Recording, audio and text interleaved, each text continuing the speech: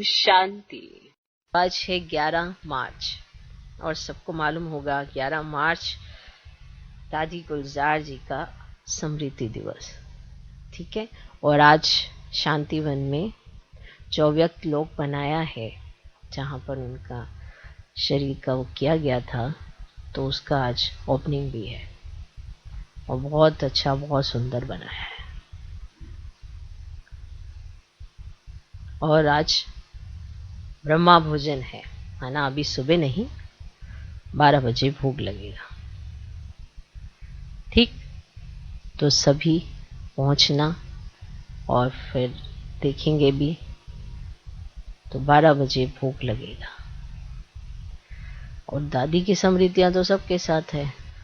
बाबा को प्रत्यक्ष करने वाली दादी, माना हमने सुना है ना कि बच्चे बाप को प्रत्यक्ष करते हैं, तो दादी ने तो बाप को प्रत्यक्ष किया है, जीवंत किया है। माना दादी का शरीर, दादी का रथ उस चीज के लिए तैयार था नहीं था, पर बाबा ने दादी को सिलेक्ट किया। दादी को थोड़ा पता था कि बाबा के अव्यक्त होने के बाद मुझे इस तरह का पार्ट मिलेगा, समझे। तो उस पार्ट के लिए दादी ने जो अपना पार्ट, माना जब दादी छोटी थी तो बाबा के पास पहुंच गई थी, 8 वर्ष की थी। और उसके बाद 8 वर्ष से लेकर जब तक दादी उस अवस्था तक आई, जो उन्होंने पार्ट प्ले किया उसके आधार पर उनको वो पार्ट मिला।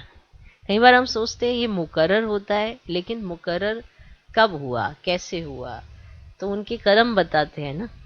तो दादी पहले से ही ऐसे गंभीर और अंतर्मुखी रहती थी, तो इसीलिए उस पार्ट को भी दादी ने बहुत अच्छे से बजाया और इतना ज्ञान की वर्षा ही कर दी, वैसे मानो सागर उड़ेल दिया। उस सब चीज़ों को समा पाना और फिर समा के बच्चों के आगे प्रत्यक्ष कर पाना, तो वो दादी का अपना जीवन इतना बहुत बहुत वैल्यूबल। और अचानक से फिर ये पार्ट, तो देखो शरीर का तो एक समय है ही है ना, उसकी तो लिमिट है ही है कि उसका एक तय है कि इस शरीर ने इतने वर्ष तक चलना है। आत्मा तो सदा ही एकदम फ्रेश, तो वो चाहे शरीर कैसा भी था तब भी दादी सबको पालना दे रही थी, माना उस शरीर की लिमिट के हिसाब से, या क्योंकि आपको सबको पता है कि दादी को कितनी व्याधियों ने पकड़ा।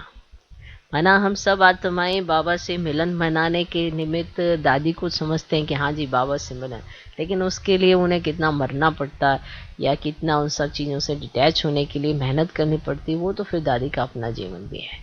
तो इसीलिए उदाहरण उनके जीवन का अगर देखना हो तो ये भी देखो कि कैंसर जैसी बीमारी से लड़के भी, माना उस समय भी दादी ने बाबा से बच्चों को मिलवाया और बच्चे मिलते थे।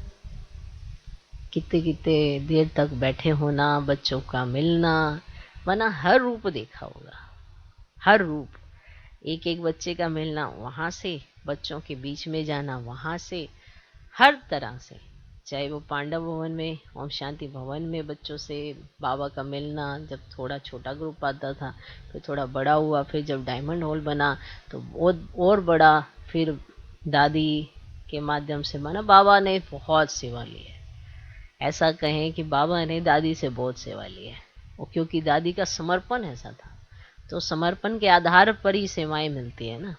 अब सेवाएं तो सामने ही होती है सब कुछ, लेकिन ये यूनिक सेवा, ये वाली सेवा तो सब नहीं करते हैं ना।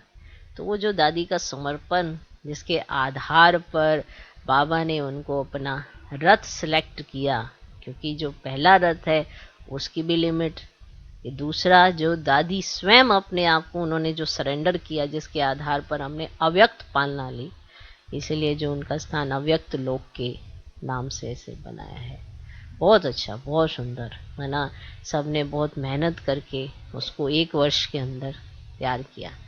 देखो 2020 में माना जानकी दादी ने देह का त्याग किया, और मार्च में ही, तो 1 वर्ष के अंदर फिर, और 2021 में गुलजार दादी माना इस तरह से अव्यक्त हुए। तो माना प्रोसेस देखो कैसे है।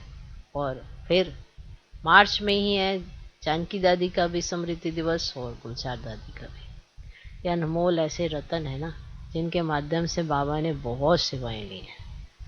माना जानकी दादी के माध्यम से भी माना 103 104 वर्ष के शरीर के साथ लेकर भी most stable of the mind का वो बना के सब बच्चों के आगे एक एग्जाम्पल्स हैं। ये सारी ये सब आत्माएं बच्चों के आगे एग्जाम्पल्स हैं कि ऐसा नहीं कह सकते कि ऐसा हो जाता है ऐसा हो जाता है। माने कैसे ज्ञान योग से उन्होंने अपने जीवन को निखारा, कैसे सेवाओं के लिए अपने आप को समर्पित किया, बहुत ही वंडरफुल है, जिससे माना सभी ब्राह्मण बच्चों को वो प्रेरणा लेनी चाहिए। मालूम होना चाहिए कि हमें क्या उनसे उठाना है, किस तरह से हर चीज़ों को देखना है, कैसे तन के ऊपर मन के ऊपर कैसे उन्होंने जीत पाई, कैसे कोई भी व्याधि हो उसके आगे माना वो झुके नहीं, उसको ही झुका दिया। ये उनके जीवन से दिखाई देता है। और कैसे उन्होंने बाबा को प्रत्यक्ष किया, कैसे अपनी चलन से अपने चेहरे से। तो दादी का चेहरा देखकर तो ऐसे ही लगता है ना कि बाबा ही देख रहा है। कोई नहीं कह सकता कि दादी देख रही है, बाबा देख रहा है। और यही माना चेहरा बस बाबा का चेहरा बन गया। बाबा को माना ब्राह्मण बच्चों के आगे बाबा को प्रत्यक्ष करने के लिए दादी का चेहरा। तो अभी दादी अव्यक्त रूप में सभी बच्चों को देख रही हैं और सबको देखते हुए ऐसे निहार रही हैं। सबके लिए माना देखो हमने अव्यक्त पालना इतने वर्ष तक ली, इतने वर्ष तक अव्यक्त पालना ली, और आज भी अव्यक्त महावाक्यों को अगर आप पढ़ेंगे उसमें इतनी गहराई है, इतनी गहराई है कि अगर आप समझ जाएं तो आपका जीवन ही उसका ही सुधार हो जाए, है ना। बाबा ने इतना ही ज्ञान वर्षा किया है। सोचो इतने वर्षों से इतनी ज्ञान वर्षा कि हमारे पास बहुत खजाना है। अगर देखें तो बहुत खजाना है। उसको अगर हम रोज भी पढ़ने बैठे, रोज भी उसका मनन चिंतन करें तो बहुत खजाना है हमारे पास। तो वो दादी के माध्यम से ही है। माना दादी ने बच्चों को बाबा से मिलवाया, और फिर जब बाबा व्यक्त हुए तो दादी तो नहीं मिल पाई।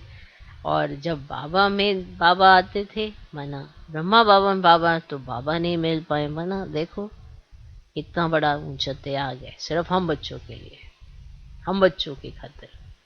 हमने अव्यक्त पालना ली, मुस्कुराते रहना, घंटों तक बैठे रहना एक ही अवस्था में, और बच्चों को संतुष्ट करते रहना, उनको माना इतना भरपूर कर देना, ये सब दादी ने किया। कैसे माना एक दिन ऐसे ही आप सभी ने सुना होगा कि दादी से प्रकाशमणि दादी से कहती कि दादी बाबा को बुलाओ, बाबा को बुलाओ।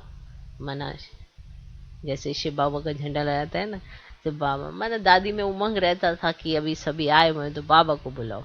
तो फिर दादी कहती है कि दादी मरना पड़ता है, वरना उसमें तो देह का तो त्याग होता ही है ना। क्योंकि आप अभी ऐसे बैठे हो, ठीक है, आपकी बुद्धि सब चल रही है, तो एकदम से आपको पूरी प्रिपरेशन माना ड्रामा को ये सब चीज़ें दादी की बुद्धि में कितनी फिक्स होती होंगी कि शिव बाबा का आना, माना ब्रह्मा बाबा शिव बाबा दोनों का आना कितना सहज है। और हमें बड़ा सहज लगता है कि हाँ भी ऐसा ऐसा होता है कि बाप दादा आए हैं, अव्यक्त बाप दादा आए हैं, कितना सहज है। लेकिन अगर ओरिजिनलिटी देखें तो ये हमारे और उनमें फ़र्क तो है ही है ना, कि हम एक साधारण अगर कुछ भी ऐसे ऊपर नीचे अगर हमको कोई कार्य दे दे 1 घंटे के लिए तो भी आराम से नहीं बैठ पाएंगे, तो भी इतना हिलेंगे डुलेंगे, आधे घंटे में भी आराम से नहीं बैठ सकते हैं। और बाबा एक रस माना कैसे दादी का समर्पण देखो, वंडरफुल दादी। तो हमें उनके जीवन से जो शिक्षाएं लेनी चाहिए अपने जीवन में लानी चाहिए, ताकि दादी भी खुश हो कि हाँ कि इन्होंने वो चीज़ें उठाई जो प्रत्यक्ष करने के लिए बाबा कहते थे। और बाबा दादी कंबाइंड स्वरूप में अभी बच्चों को देख भी रहे हैं, क्योंकि हम सब बच्चों की पालना व्यक्त रूप में हो रही है और देख रहे हैं, बाबा दादी भी देख रहे हैं। तो आज विशेष दादी को भोग स्वीकार कराएंगे, तो इसलिए 12 बजे का टाइम होगा दादी को भोग स्वीकार। तो आप सभी को इनविटेशन है, आप जरूर आना और भोग स्वीकार करना, ठीक है। तो अभी चलते हैं बाबा की याद में, और आज तो विशेष दादी भी वतन में होंगी और सभी बच्चों से मुलाकात कर रही होंगी और सबको खुश करेंगी। अमृत वेले से ही शुरू हो जाता है ना प्रोसेस, क्योंकि फिर बाबा तो बुला के रख लेते, बैठो दुनिया बैठो, बाबा है ना, बाबा सबसे मिलवाता है। वतन के नज़ारे भी अलग ही हैं, क्योंकि वहाँ के नज़ारों को देखने या सोचने या समझने के लिए यहाँ से बुद्धि डिटैच होगी, तभी वहाँ के नज़ारे भी स्पष्ट होंगे। तो बुद्धि की डिटैचमेंट की प्रैक्टिस करनी होगी, जैसे दादी ने की, अपने आप को पूरा मन बुद्धि से समर्पित कर दिया। ऐसे हमें इनके जीवन से शिक्षा लेनी चाहिए। चले तो चलते हैं बाबा की याद में और दादी को स्मृति में रखते हैं, और उनकी जो विशेषताएं जीवन की वो हमारे सामने प्रत्यक्ष हैं, तो उनको धारण करना आसान है। जब बाबा कहते हैं ना 16 कला संपन्न बनो, 16 कला संपूर्ण बनो, सर्वगुण संपन्न बनो, तो ये बात सुनने में बड़ी अच्छी लगती है पर डिफिकल्ट है, क्योंकि हमको लगता है कि कैसे बनेंगे। तो बाबा ने ऐसे सभी आत्माओं को तैयार किया है कि किसी में कोई कला, किसी में कोई कला।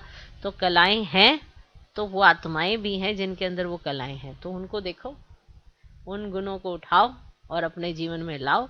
तो अगर आपको गुण देखना आता होगा, कलाएं देखनी आती होंगी, तो आप बन जाएंगे सर्वगुण संपन्न, 16 कला संपूर्ण। तो देखना भी आना चाहिए, एडॉप्ट करना भी आना चाहिए। ओके, तो इनको देखो, सर्वगुण संपन्न, 16 कला संपूर्ण। तो दादी तो दादी को देखकर आप ये सब चीजें अडॉप्ट कर सकते हो। चलो चलें बाबा की याद में। ओम शांति।